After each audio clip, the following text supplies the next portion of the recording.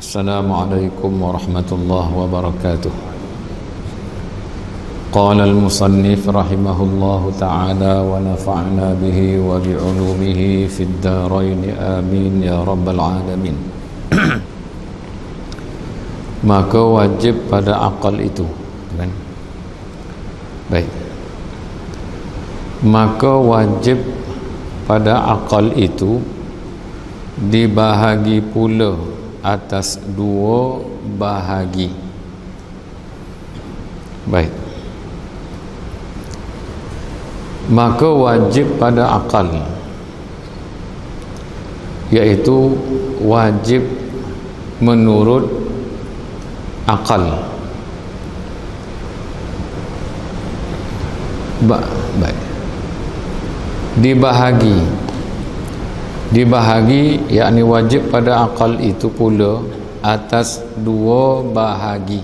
Ada dua bahagian, itu wajib pada akal.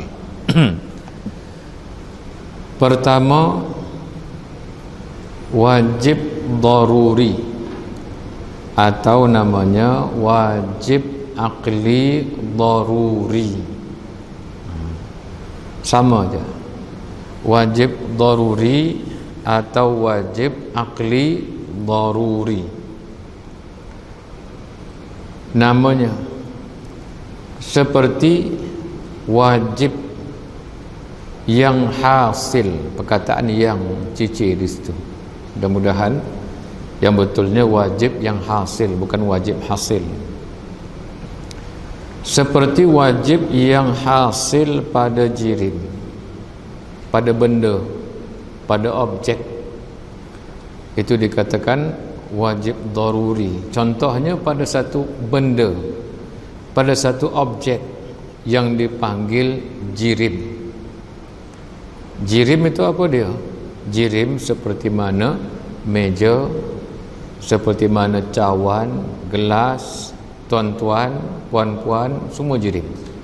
Ya. Masjid, kapet, semuanya jirim. Baik. Contohnya wajib yang hasil pada jirim, dan yaitu wajib yang hasil pada jirim itu ada tiga perkara.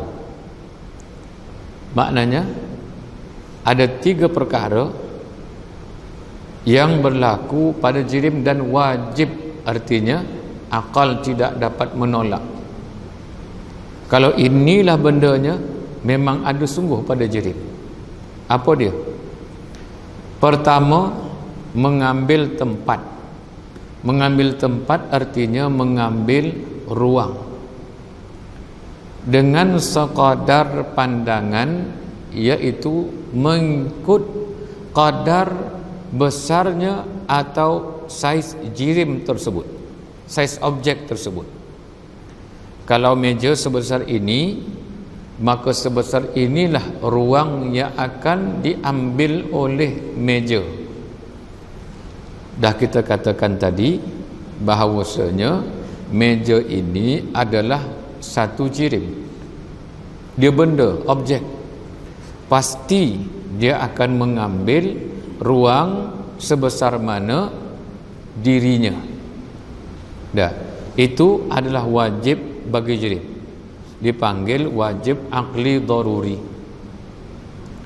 Buktinya, kalau meja sebesar ini kita penuhkan dalam ruang masjid ini, maka jirim lain tidak boleh masuk. Ada meja yang terpaksa diletakkan di luar. Kenapa? Kerana telah dipenuhi. Secara akli, penggunaan akal, kita mengatakan itu adalah sesuatu yang pasti. Kerana dia benda, dia objek. Bila dia objek, dia pasti akan mengambil ruang. Maka Allah itu, dia zat, tapi bukan objek. Sebab itu Allah tidak mengambil ruang. Allah bukannya berada di mana-mana tempat, sama ada di bawah bumi, di atas bumi, di atas langit, di atas arasy.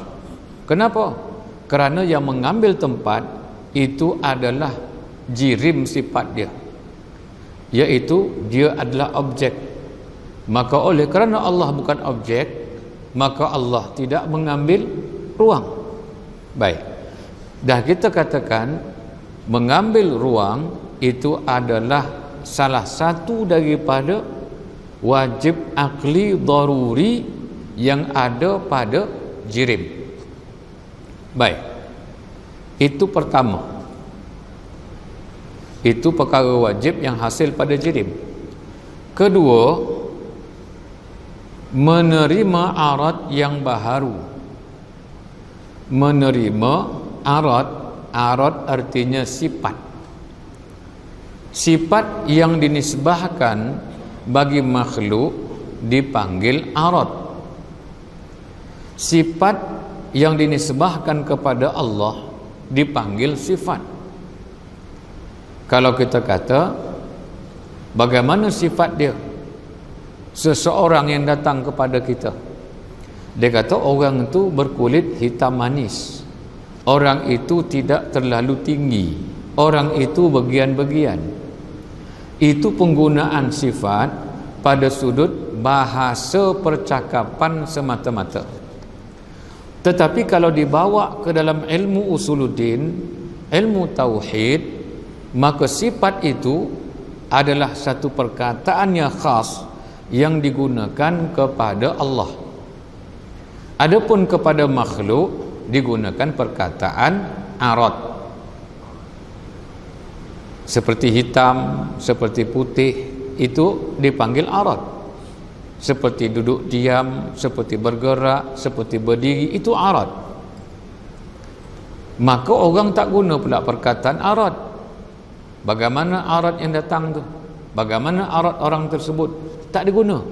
Kerana perkataan sifat itu telah menjadi satu istilah dalam percakapan seharian. Tetapi kalau dibawa kepada ilmu tauhid, sifat itu ditujukan kepada Allah. Kalau makhluk dikatakan arad. Baik. Dan jirim itu, objek itu sesuatu yang menerima sifat makhluk. Baik, arad yang baharu, iaitu sifat makhluk yang baharu. Arad itu apa dia? Arad itu artinya sesuatu yang datang dan pergi. Sesuatu yang datang kemudian hilang. Waktu muda hilang, tiba waktu tua. Ketika dia berdiri, maka duduknya hilang. Ketika dia duduk, maka berdirinya hilang. Dia salah satu.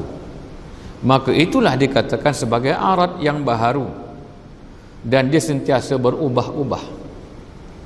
Maka arad yang seperti ini dikatakan sifat bagi jirim. Maknanya sesuatu objek pasti ada sifat yang tertentu. Baik. Seperti harakah. Harakah.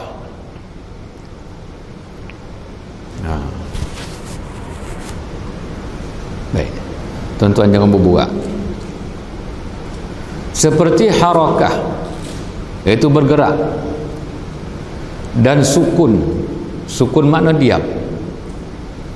Seperti bergerak, seperti orang berjalan dipanggil dia harakah.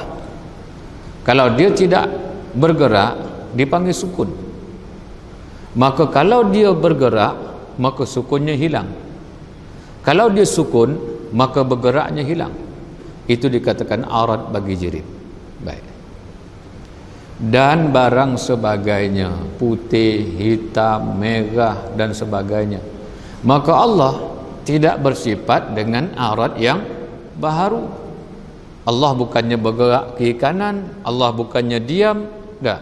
Allah bukannya merah, Allah bukannya biru, Allah bukannya berwarna. Maknanya segala sifat yang baharu itu tidak ada pada Allah. Yang ini dikatakan wajib akli daruri yang dinisbahkan kepada makhluk. Baik.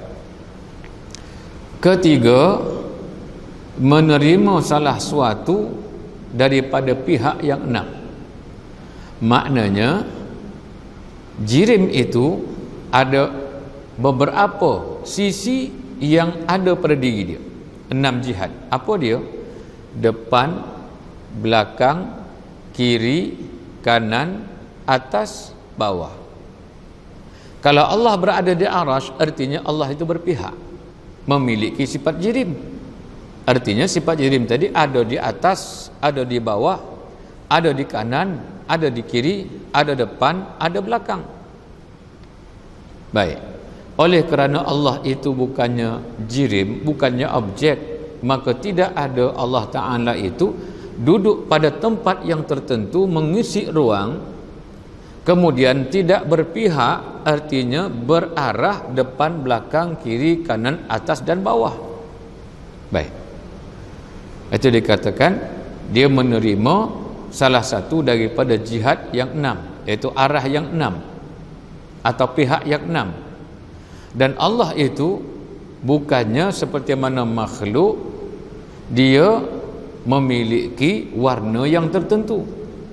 Allah itu katakan berwarna putih, itu arad. Arad itu cuma ada pada jirim, objek.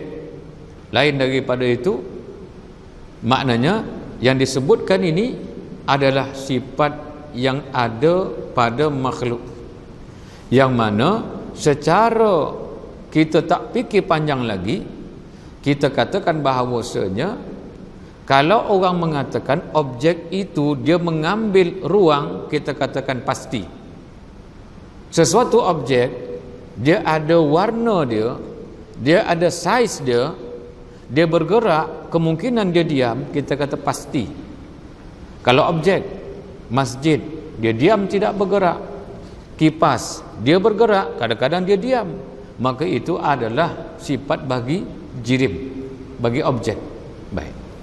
Ini secara tanpa fikir panjang kita boleh mengatakan pasti. Dah, itu dikatakan bila tanpa fikir panjang dikatakan pasti, dipanggilnya wajib akli daruri. Baik. Itu pecahan yang pertama. Dan kedua, wajib nazari nama dia. Wajib nazari maknanya wajib akli nazari. Apa makna wajib akli nazari?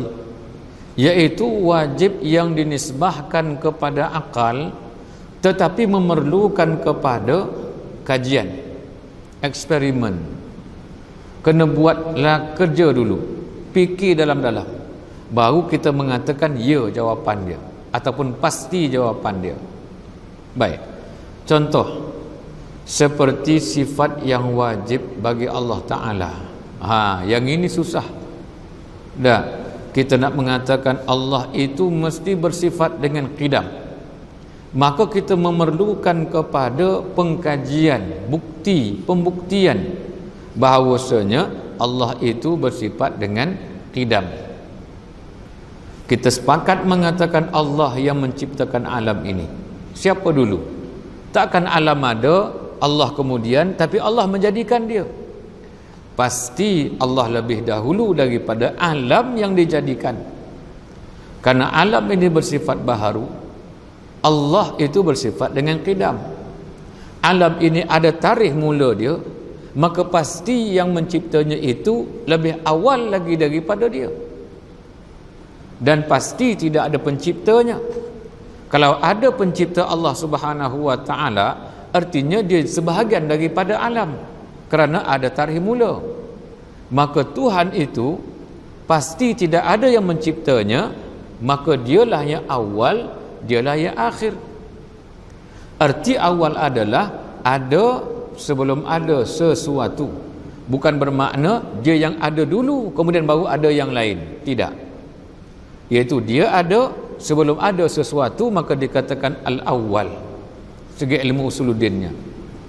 Baik.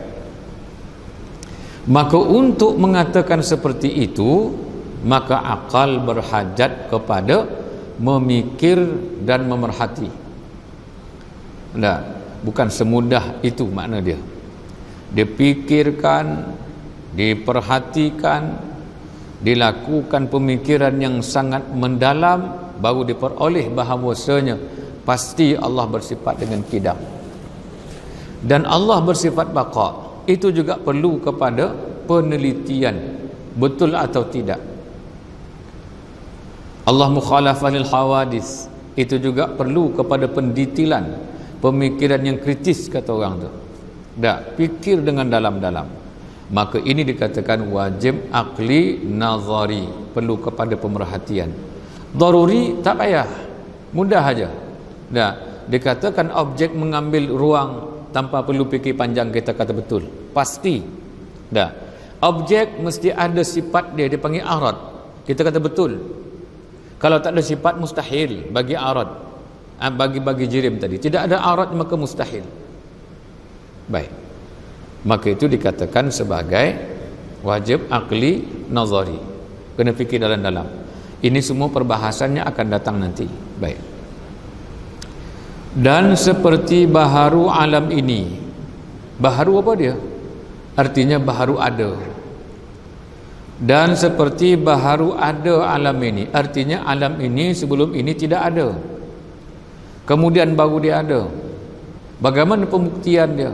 Yang inilah menjadi perbahasan yang panjang lebar oleh orang-orang falasifah dan juga orang usul, ulama usuluddin, ulama tauhid. Mereka mengatakan alam ini baharu, tapi orang falsafah mengatakan alam ini qadim. Sebahagian daripada ulama sufi pun ada mengatakan alam ini bersifat dengan qadim. Akan tetapi mereka bukan memaksudkan alam yang di hadapan ini. Maksud mereka adalah segala maklumat alam ini qadim di dalam ilmu Allah Ta'ala. Artinya tentang alam yang bakal ada atau alam yang sedang ada sekarang ini, kesemuanya ini telah pun diketahui oleh Allah. Sejak bila Allah tahu, maka pengetahuan Allah tidak ada permulaan. Itu dikatakan alam ini qadim dalam ilmu Allah. Itu kata orang ahli sufi. Tapi bagi falsafah tidak. Mereka kata alam yang ada ini, alam yang depan mata kita ini dikatakan qadim. Itu falsafah, itu sesat. Baik, kita tak mengatakan demikian. Maka untuk mengatakan alam ini baharu, perlu kepada pemerhatian, dipanggil nazar tadi. Maka untuk mendapatkannya itu pula tidak semudah ABC. Kerana kita lahir, alam dah ada dah. Bila dia ada, kita pun tak tahu. Dah, tarikh tak ada. Tak tertulis di atas mana-mana gunung bilakah tarikh gunung itu dijadikan Allah. Tak ada. Melainkan ada yang kita dengar daripada ulama kita menyebutkan bagaimana alam ini dicipta Tuhan tanpa ada benda yang menyebabkan dia tetap boleh berpusing dengan baik. Setelah itu Allah Ta'ala memerintahkan malaikat pacakkan paku dia daripada gunung dan bukit. Artinya gunung itu adalah paku bagi bumi yang menjadikan stabil berpusingnya bumi tersebut, kan? Tapi orang kita cabut gunung, kan? Ada tabeh gunung, dia macam-macam dia buat, akhirnya bukit habis rata. Dah bulan lepas ada bukit, bulan ni dah tak ada bukit, dah jadi rumah semua. Itu artinya perbuatan mencabut paku-paku bumi. Maka nak mengatakan dia baharu tu bagaimana? Maka perlu kepada nazar, perlu kepada pemerhatian, sehingga dicarikan bagaimanakah cara meneliti kaedah yang mengatakan alam ini baharu. Kaedahnya adalah iaitu setiap yang berubah itu baharu. Setiap yang berubah itu baharu. Karena berlaku perubahan itu dia berganti-ganti. Pokok mula-mula tengok rendah jadi tinggi, itu kan perubahan, maka berubah itu baharu. Gunung begitu juga, berlaku gerak gempa, berubah atau tidak? Berubah kedudukan dia, maka itu juga baharu. Ada dikatakan proses dulu hawa dan sebagainya. Ada ilmu geologi, berlaku pergerakan dalam tanah menyebabkan bergeraknya bumi, bergeraknya bukit-bukit dan sebagainya. Quran pun mengatakan demikian. wa taral jibala tahsabuha jaminatan wa hiya tamurru marras sahab, dan engkau melihat bukit yang tetap pada sangkaanmu, wa hiya tamurru marras sahab, bahkan ia bergerak sebagaimana bergeraknya awan. Al-Quran mengatakan demikian. Artinya bila berlaku perubahan itu baharu. Kita ukur kiblat dulu tepat dah, ukur sekali lagi kenapa tak tepat?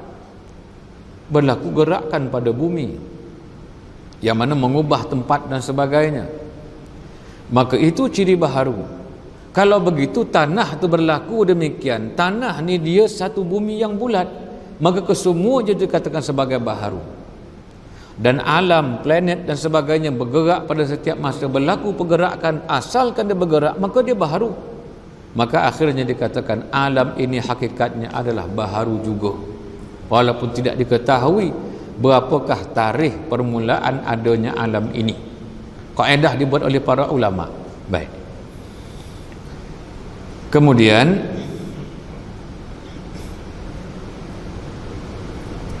dan barang sebagainya, ya, maka wajib itu, ini panjang lagi, dia baca lagi pula wajib itu, ini dalam kitab yang lebih besar.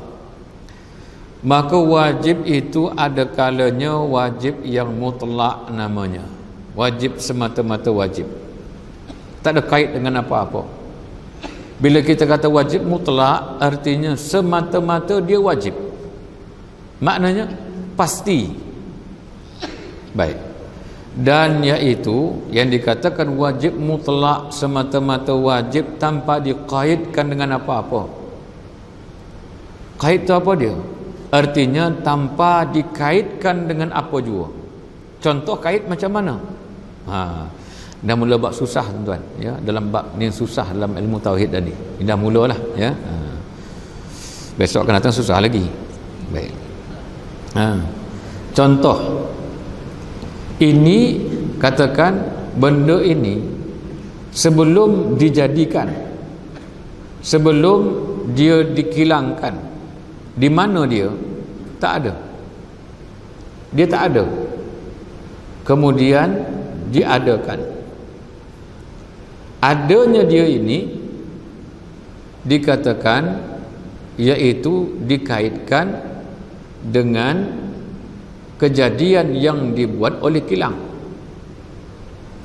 Kalau tak dibuat maka dia tidak ada. Itu zahirnya begitu. Dah. Maka makhluk ini tanpa kata kalau Allah Ta'ala tanpa dikaitkan dengan apa-apa sekalipun, maka sifatnya itu ada. Tetapi makhluk dikaitkan dia dengan sesuatu yang lain, iaitu Allah. Artinya keberadaannya itu pada alam ini, kalau dia dah wujud, maka kewujudannya bukannya harus, kewujudannya adalah wajib. Tapi wajib yang dikaitkan dengan kehendak Allah Ta'ala, ilmu Allah dan sebagainya. Boleh nampak tuan-tuan? Contoh lain, kita jadi lelaki ni, kita lelaki ni, dah, kita jadi lelaki ni, ini kerana adalah kehendak Allah. Sebelum kita jadi lelaki ni, kita perempuan ke tak? Tapi kita tak ada. Kita tak ada lelaki, kita bukan perempuan, kita bukan lelaki. Setelah dijadikan oleh Allah, maka kejantanan, kelakian dan sebagainya itu menjadi wajib kerana dikaitkan dengan kehendak Allah Ta'ala. Bila dah jadi alam ini, sebelum dia ada, dia harus ada, bukannya wajib. Tetapi setelah dia ada, diadakan oleh Allah, maka adanya itu adalah wajib. Bukan wajib seperti mana sifat Allah Ta'ala, tidak. Tapi wajibnya itu dikaitkan dengan kehendak Allah Ta'ala. Baik. Jadi Allah Ta'ala itu tanpa dikaitkan dengan apa-apa, maka dia memiliki segala sifat kesempurnaan. Dia ada qidam, dia ada baqa, dia ada sifat kudrat, iradat, tanpa dikaitkan dengan apa juga. Maka wajib mutlak inilah dikatakan sifat wajib yang ada pada Allah tanpa dikaitkan dengan yang lain. Baik. Dan ada kalanya wajib muqayyad namanya. Wajib muqayyad artinya wajib tetapi terikat dengan sesuatu. Seperti wajib bagi jirim dan wajib bagi arat. Ini wajib yang kita kaitkan dengan sesuatu. Seperti mana wajib bagi jirim, iaitu wajib dia mengambil ruang yang kita bincang tadi. Dan wajib bagi arat, artinya wajib bagi arat itu dia menumpang pada jirim. Maknanya kewajibannya itu terkait dengan tempat. Dah. Kewajiban arat tadi terkait dengan benda. Contoh, biru ini biru pada tutup. Dah. Biru yang ada pada tutup ini dipanggil apa? Dia biru ni dipanggil arat. Tutup ini dipanggil jirim. Biru ini ada kerana ada di tutup ini. Sebelah biru ini ada apa-apa tak? Tak ada apa-apa. Ada warna tak? Tak ada warna. Kenapa? Warna itu arat yang tidak dapat menumpang pada jirim. Di sebelah dia ni. Kalau tuan-tuan kata saya nampak sebelah dia ada warna biru, wallahu alam. Tuan-tuan nak jadi wali ataupun kita tak tahulah, ya. Tapi hakikatnya yang kita nampak adalah warna biru yang ada pada tutup botol. Tutup botol ini jirim nama dia. Biru ini arat dia. Arat ini tidak dapat berdiri sendiri melainkan menumpang pada tutup ini. Sebelah ini ada apa? Tak ada apa-apa. Maka aratnya juga tidak ada. Karena arat tidak dapat menumpang pada sesuatu yang tidak ada. Baik. Masin. Dah. Masin ada pada sebutir garam. Seketul garam itu ada masin dia. Masin itu dipanggil sebagai arat dia. Kalau garam tidak ada, automatik dia punya masin juga tidak ada. Ada orang datang pergi pasar, bagi masin sekilo, tak nak garam tak mau, nak masin dia sekilo. Tak ada. Kenapa? Itu adalah wajib muqayyad bagi arat. Dia mesti nak menumpang pada sesuatu baru dia boleh ada. Dah, ada garam, nama dia garam, tapi tidak masin. Dah. Nah. Karena masin tadi dia mesti ada pada garam. Baik. Manis begitu juga. Dia menumpang pada butir-butir gula tersebut. Kalau gula tak ada, maka automatik manis ni juga tidak ada. Jadi dipanggil wajib yang muqayyad. Dia tergantung kepada sesuatu yang lain untuk menentukan keberadaannya. Wajib tadi pada jirim, iaitu dia mengambil lapang dan ruang. Itu juga wajib yang muqayyad, wajib yang terikat pada satu jirim yang mesti ada pada diri dia, iaitu dia akan terikat pada sesuatu yang lain, itu tempat nama dia. Allah mutlak, dia tidak ada terkait dengan tempat dan sebagainya, atau pencipta yang mencipta dia. Itu dipanggil wajib mutlak itu pada Allah. Baik. Kemudian dan wajib aurat itu dua perkara. Aurat itu ada dua perkara wajib yang ada pada dia. Pertama, berdiri aurat itu kepada jirim.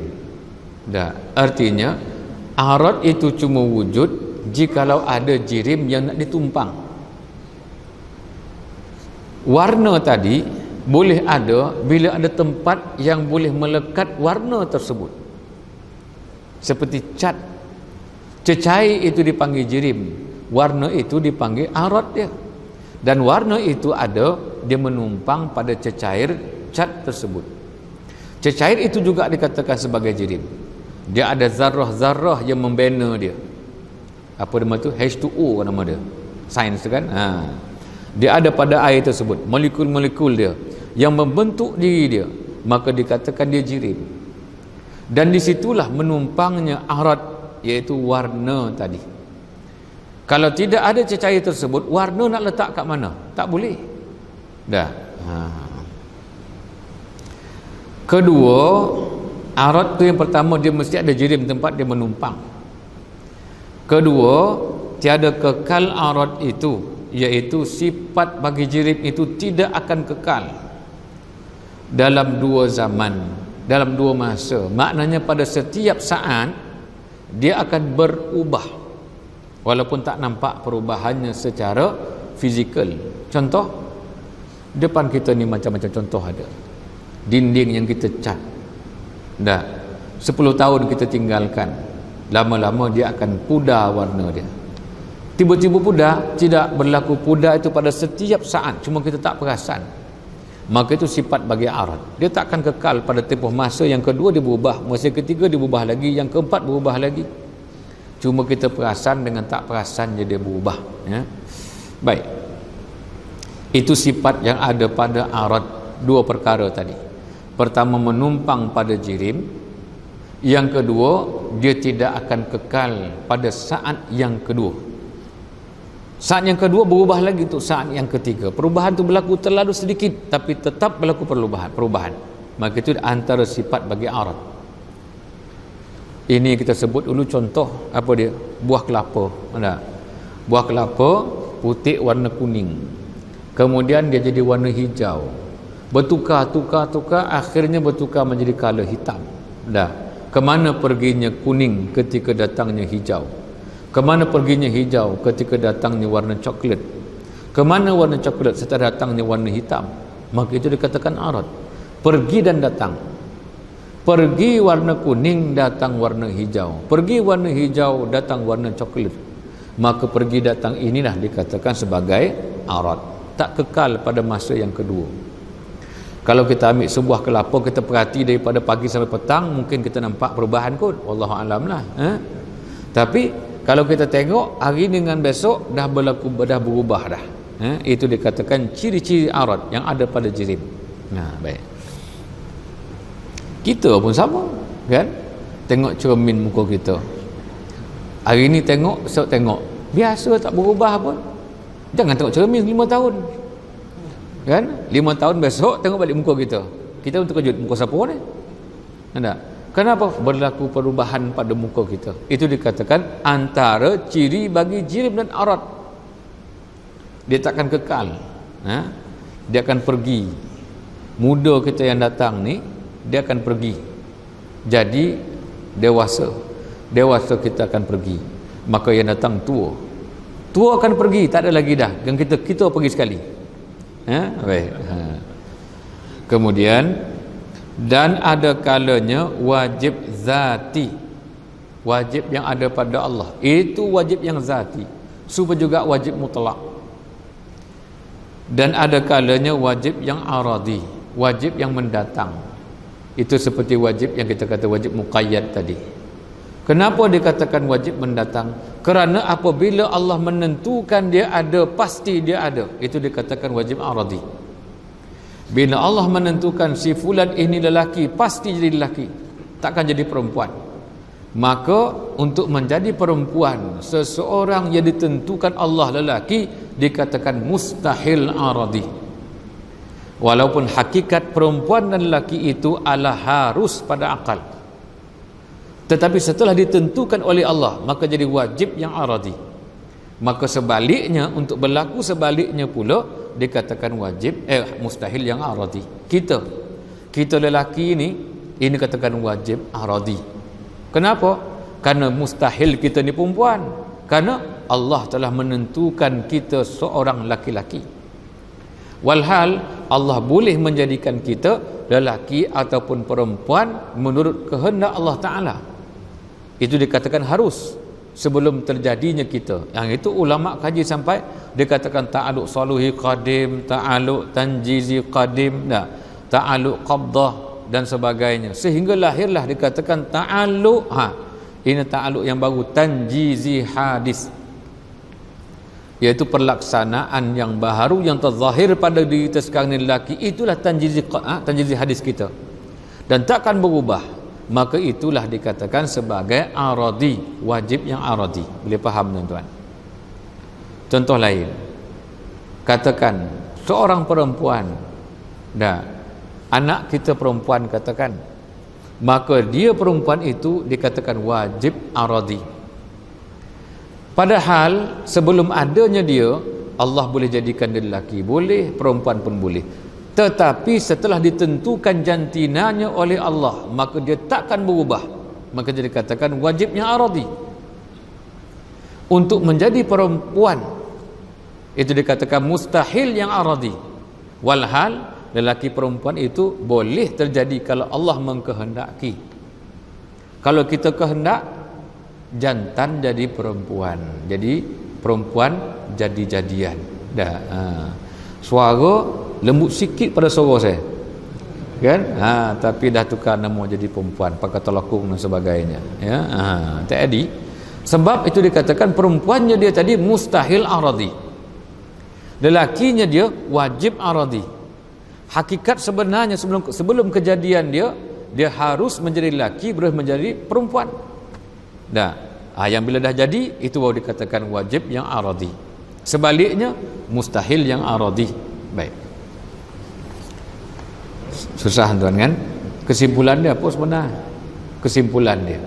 Kesimpulannya begini. Wajib itu secara besar dia pecah dua aja. Ya. Wajib yang daruri, wajib yang nazari. Wajib yang daruri itu mudah akal kita memikir. Kalau kita buat sefer atau kira-kira 2 kali 2 berapa, itu daruri. Takkan tak tahu. Tak. Orang tanya kita 2 campur 2 berapa, kita kata 8. Itu bukan daruri, itu kita bermasalah. Tapi itu daruri. Anak kita pun tahu, yang kecil. Tak. 1 tambah 1 berapa jam? Dia kata 2. Tak payah fikir. Tak. Nak fikir macam mana? 2 tambah 2 kali 200 tolak 3 kali dengan 8 campur 5 berapa? Yang itu susah. Yang itu perlu kena fikir. Ini contoh nazari. Perlu buat kira-kira dia, perlu kita memikirkan. Maka memikirkan tadi itu dikatakan nazar. Maka nazar itu dikatakan nazari. 2 tu je. Wajib maknanya pasti akal tidak dapat menolaknya, tetapi secara spontan akal kata betul. Ya. Contoh apa dia? Jirim itu mesti dia mengambil ruang. Buktinya air 1 beldi masukkan bola, air akan keluar. Kenapa? Kerana bola itu mengambil ruang dalam air tersebut. Cincin ke atau benda ni air penuh, kemudian masukkan dia dalam air, maka tumpah keluar. Kenapa? Kerana dia mengambil ruang. Itu bukti dia. Kalau orang penuh satu kawasan ni, satu ruang ni penuh orang, boleh masuk lagi? Tak boleh. Kenapa? Kerana dia juga adalah jirim, mengambil ruang dia. Kalau ruang dah diambil, maka tak dapat lagi diisi oleh yang lain. Itu dikatakan jirim. Mudah tak kalau kita memikir? Ya mudah. Secara mudahnya memang macam tu. Tapi kalau berkait dengan sifat Allah, bila kita mengatakan Allah itu bersifat dengan kuasa, maka perlu kepada penelitian, pembuktian, burhan dan hujah. Burhan itu makna keterangan dan bukti, serta hujah dia. Apa hujah kita mengatakan Allah Ta'ala itu bersifat dengan qidam? Tadi perlu kepada pemikiran, penelitian, kajian dan sebagainya. Yang nama banyak-banyak wajib muqayyad, wajib mutlak, wajib zati, wajib aradi ni apa dia? Itu pengklasifikasian dia. Diklasifikasikan sahaja. Kalau begini kita kecilkan lagi skop dia supaya makin meluas ilmu tersebut. Walhal yang besarnya itu 2. Contoh kita katakan lagi untuk mudah fahamnya, manusia terpecah 2, 3 terpecah, atau 2 yang paling besar. Apa dia? Lelaki, perempuan. Pemalas letak mana? Pemalas itu dah kalanya lelaki, dah kalanya perempuan. Dah. Perajin itu sebahagian dari pecah-pecahan kecil daripada manusia yang kita sebutkan tadi, untuk mudah faham sahaja. Tapi besar dia 2 ni. Begitu wajib. Wajib 2 je, daruri, nazari. Dipecah-pecahkan banyak-banyak tadi, itu adalah nak klasifikasikan lebih kecil lagi, lebih detail lagi. Itu dibahaskan dalam kitab yang lebih besar. Baik. Kemudian, dan adapun mustahil, makna tidak dapat diterima akal adanya. Dan adapun, ini sebab tu orang malas mengaji sifat 20. Dah susah dia kata, pening kepala orang. Habis yang mudah tak payah mengaji. Tak? Itu mudah, duduk berehat-rehat tengok TV. Itu paling mudah sekali. Baik.